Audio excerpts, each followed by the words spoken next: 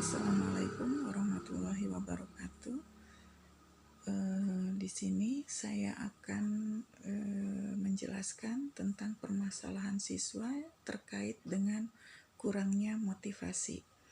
Jadi, permasalahan yang saya hadapi khususnya di sekolah ini adalah kurangnya motivasi pada siswa-siswi, bukan hanya dalam motivasi belajar, juga masih masalah belajar ini menjadi fenomena yang banyak sekali ditemukan di sekolah kami.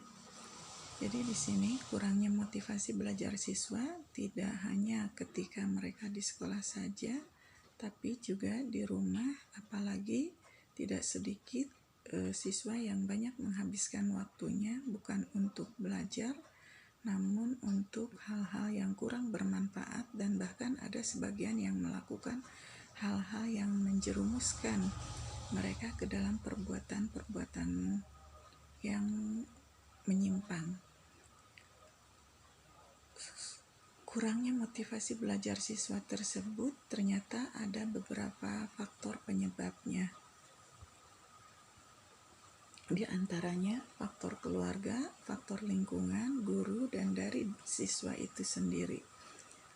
Kemudian contohnya tidak adanya dukungan moral dan material dari keluarga, lingkungan fisik dan sosial rumah yang tidak representatif untuk menciptakan suasana yang aman, nyaman, juga faktor dari guru yang seharusnya menjadi fasilitator dan penuntut, namun sebaliknya tidak menjalankan tugasnya.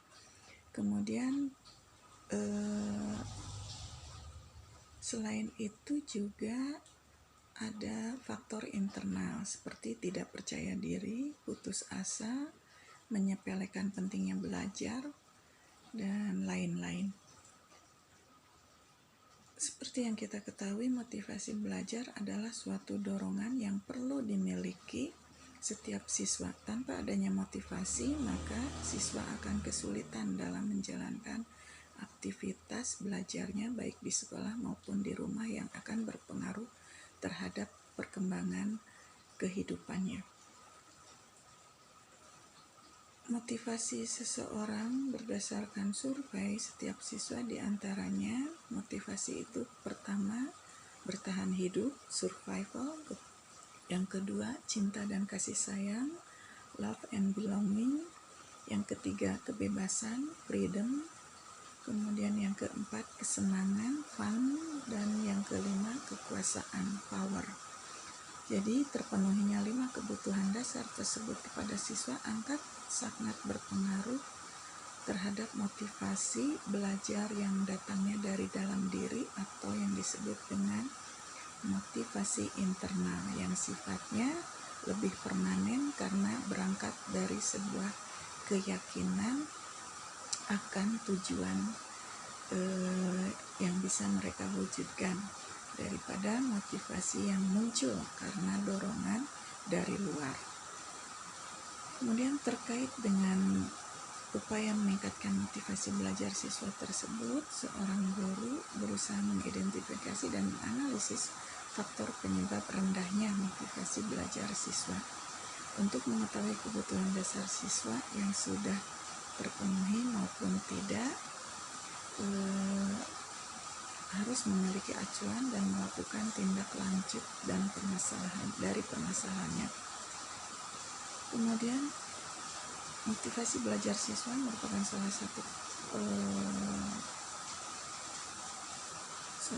faktor yang penting dalam pencapaian kurikulum merdeka berinovasi. Dari pengalaman menghadapi siswa yang kurang memiliki motivasi belajar dan berupaya mengidentifikasi analisis faktor penyebabnya, maka saya akan mencoba melakukan tindakan-tindakan penanganan sebagai berikut. Pertama, secara intensif memberikan motivasi di berbagai tempat dan kesempatan kepada para siswa. Kedua, berkolaborasi dengan orang tua untuk sama-sama mengawasi perkembangan siswa. Ketiga, berkolaborasi dengan kepala sekolah, rekan sejawat, dan seluruh warga sekolah dalam menciptakan lingkungan fisik dan sosial yang aman, nyaman, dan tenang untuk belajar. Keempat, berkolaborasi dengan berbagai pihak sebagai sarana sosialisasi tentang motivasi yang diperlukan siswa. Kelima, mengembangkan kompetensi diri melalui berbagai pendidikan dan pelatihan untuk menambah ilmu dan pengalaman sehingga bisa menciptakan proses pembelajaran yang semakin aktif, kreatif, dan menyenangkan. Melalui pembelajaran yang berpihak pada siswa, yaitu pembelajaran sesuai dengan bakat, minat, dan kebutuhan masing-masing dan lain-lain, atau yang dikenal dengan pembelajaran berdiferensiasi.